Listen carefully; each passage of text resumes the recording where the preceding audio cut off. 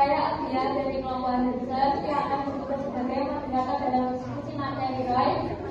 Adapun anggota kelompok yaitu Mbak Arsida, Mas Munir, Mbak Ais, dan Mbak Salsa. Baik teman-teman, tak lama-lama langsung saja kita mulai sesi yang pertama adalah pembuka. Sebelum itu marilah kita mengucap basmalah bersama-sama.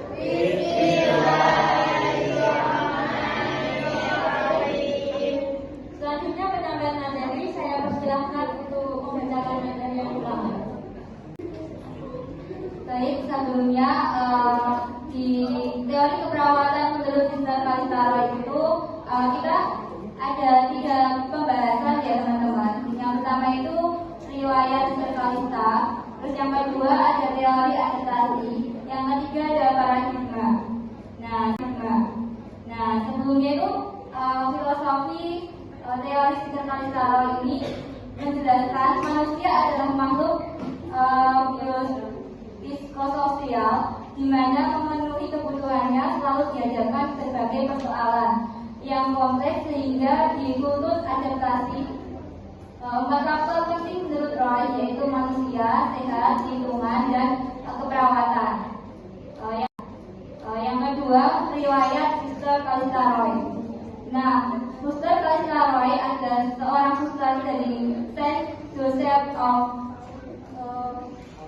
Carondelet. Roy dilahirkan pada tanggal 14 Oktober 1939 di Los Angeles, California. Roy menerima Bachelor of Arts Nursing pada tahun 1963 dari Mount Saint Mark College and Magister Science in Saint Nursing pada tahun 1966 di University of California, Los Angeles.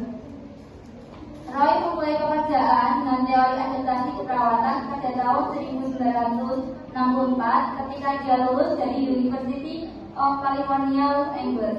Dalam sebuah seminar dengan Dorothy Johnson, Roy tertantang untuk mengembangkan sebuah model konsep keperawatan. Konsep adaptasi mempengaruhi Roy dalam kerangka konsepnya yang sesuai dengan keperawatan, dimulai dengan pendekatan teori sistem. Nah, selanjutnya teori yang kedua itu ada teori adaptasi yang akan disampaikan oleh rekan saya, Bang Munir. Satu, input. Sister Kalista Roy mengidentifikasi bahwa input sebagai stimulus adalah merupakan kesatuan informasi, bahan-bahan atau energi dari lingkungan yang dapat menimbulkan respon, di mana dibagi dalam 3 tingkatan yaitu input, proses, dan output. Input yaitu masukan yang terdiri dari stimulus dan level adaptasi. Stimulus terdiri dari stimulus vokal, stimulus kontekstual, dan stimulus residual. Selanjutnya proses ada 2 di sini, yaitu 1 subsistem regulator. Input stimulus berupa internal atau eksternal. Transmitter regulator sistem adalah kimia neural atau endokrin.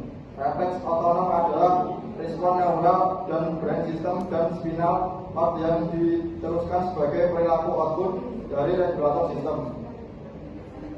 B. Sistem kognator. Stimulus untuk subsistem kognator dapat eksternal maupun internal.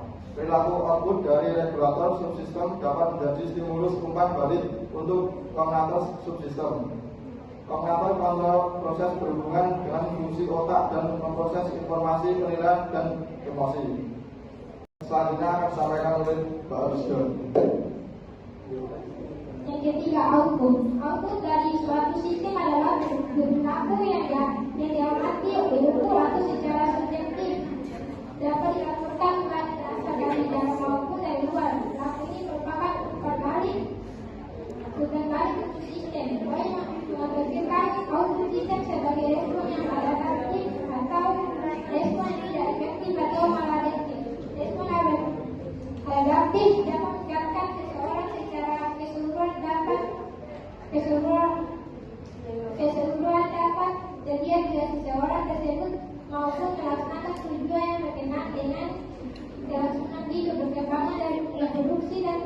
sedangkan respon yang adaptasi berarti tidak didukung tujuan ini jika adaptasi seseorang sebagai sistem adaptasi dipengaruhi oleh perkembangan individu itu sehingga penggunaan mekanisme coping. Paradigma kekeluargaan evolusi steroid pertama manusia. Menurut Roy, manusia adalah sebuah sistem adaptasi sebagai sistem yang adaptasi manusia digambarkan secara holistik sebagai satu kesatuan yang memiliki input, kontrol, output, dan proses kembali. Lebih khusus manusia didefinisikan sebagai sistem adaptasi dengan aktivitas komunikator dan regulator untuk mempertahankan adaptasi dengan cara adaptasinya yaitu fungsi fisiologis, fungsi diri, fungsi peran, dan intervensi sebagai sistem yang adaptasi manusia digambarkan dalam istilah holistik. Jadi manusia terlihat sebagai satu kesatuan yang saling berhubungan antara unit secara keseluruhan atau berapa unit untuk berapa tujuan.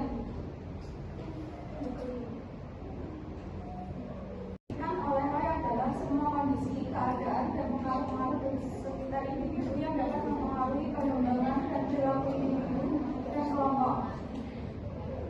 Dalam hal ini, Roy menekankan agar lingkungan dapat didesain untuk meningkatkan kemampuan adaptasi individu atau meminimalkan resiko yang akan terjadi pada individu terhadap adanya perubahan.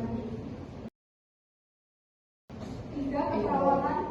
Seperti yang telah dijelaskan di atas, bahwa tujuan keperawatan menurut Roy adalah meningkatkan respon adaptif individu dan menurunkan respon inefektif individu dalam kondisi sakit maupun sehat.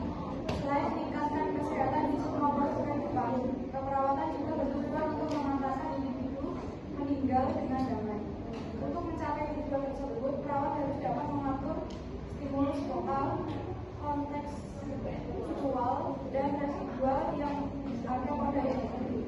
Dengan lebih rinci, ibaratkan pada stimulus vokal yang merupakan stimulus tertentu. 4. Sehat. Roy mendefinisikan sehat adalah the state and process of being and becoming an integrated and whole person. Integritas individu dapat ditunjukkan dengan kemampuan untuk mempertahankan diri, tumbuh, reproduksi, dan masa depan. Asuhan keperawatan berdasarkan model Roy bertujuan untuk meningkatkan kesehatan individu